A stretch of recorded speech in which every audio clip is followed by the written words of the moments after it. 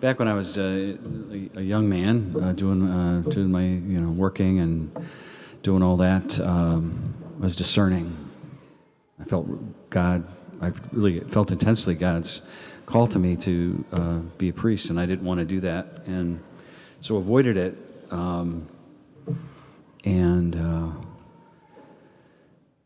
But God God gets what He wants, huh?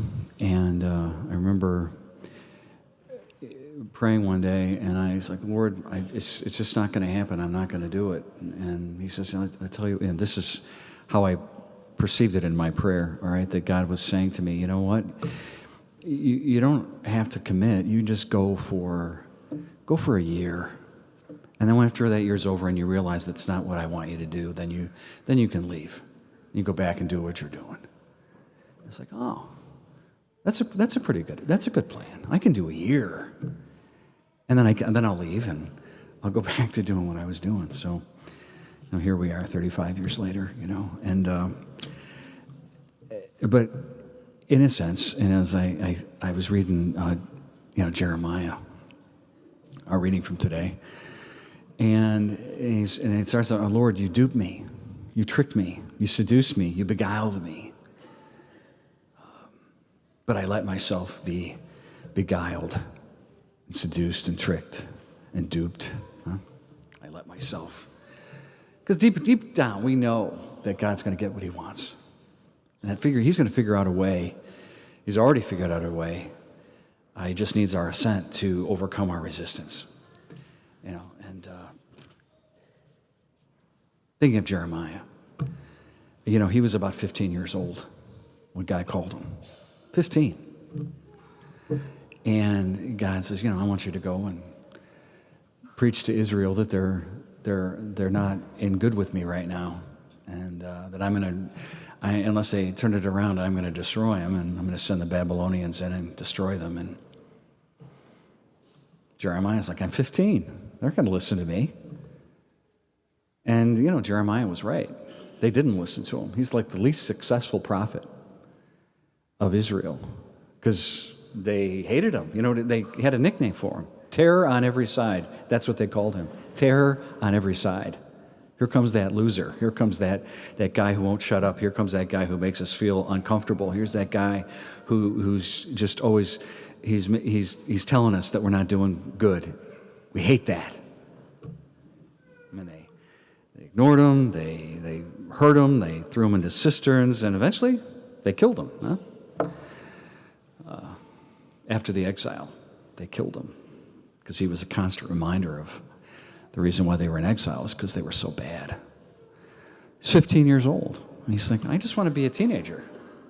I just want to go around and have fun with my friends and do what 15-year-olds do. But God's like, no. And he had all these excuses. I'm not going to do it. But God gets what He wants, and eventually, Jeremiah says, okay. But as he experiences, he thinks, all right, once I get in there, God's going to say, hey, just do it for a year and I'll let you go. That's not what happened. Jeremiah's in it for the long haul. And God, he may have thought, well, God's going to bring me in this, but he's going to make it work. He's going to keep me. He's going to protect me. He's going to keep me safe. That's not how it went. So, Jeremiah says, finally, I didn't know it was going to be this bad. I want out. And I'm not going to preach anymore.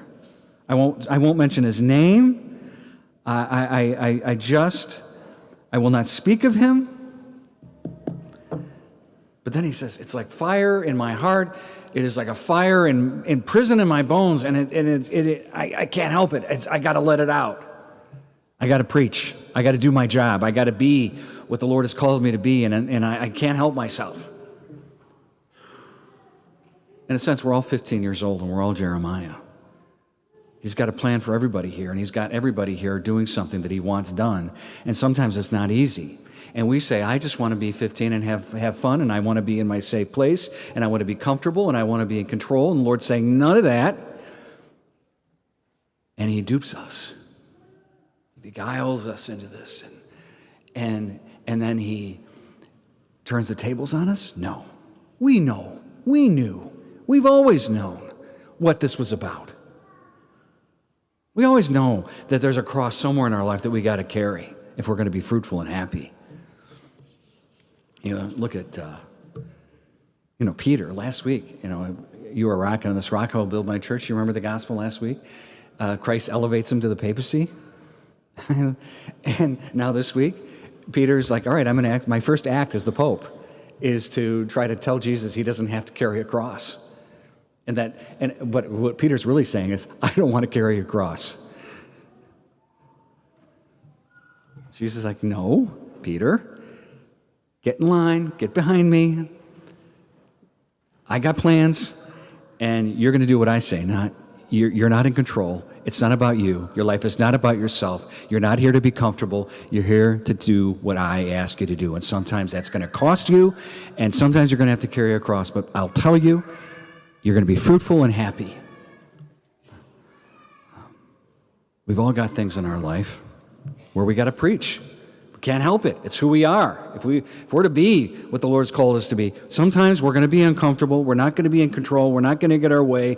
We're going to realize our life is not about ourselves, and we're going to do our job the way that Christ calls us to do it. And sometimes it's going to hurt. Got to preach. Got to preach to your family, your kids, your spouse, people you work with, and your friends. You have to be Jeremiah.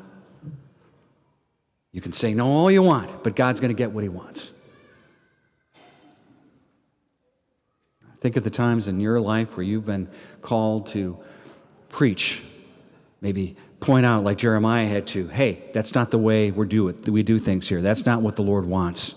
And how many times have people ignored you, hated you, slammed doors on you, tell you things like, if you don't stop this, you're not going to get invited to the wedding, or we're not going to, whatever it is. How many times? But that's your job. It's my job. The action of grace, brothers and sisters, is like a scouring grit that wipes away all resistance. The action of grace moves us out of that place of comfort and control and sends us into that uncontrollable, unknowable place of Jeremiah, where we can't help it. There's an author favorite. I'm going to end it with this. There's an author of mine, not mine, but I like this guy. He wrote a great book called St. Helena. Back in the earlier part of the last century, and Evelyn Waugh. He's a British guy. And he wrote another book called Brideshead Revisited, and they made a miniseries out of it or some TV thing. I haven't seen it, but I've read the book. It's interesting.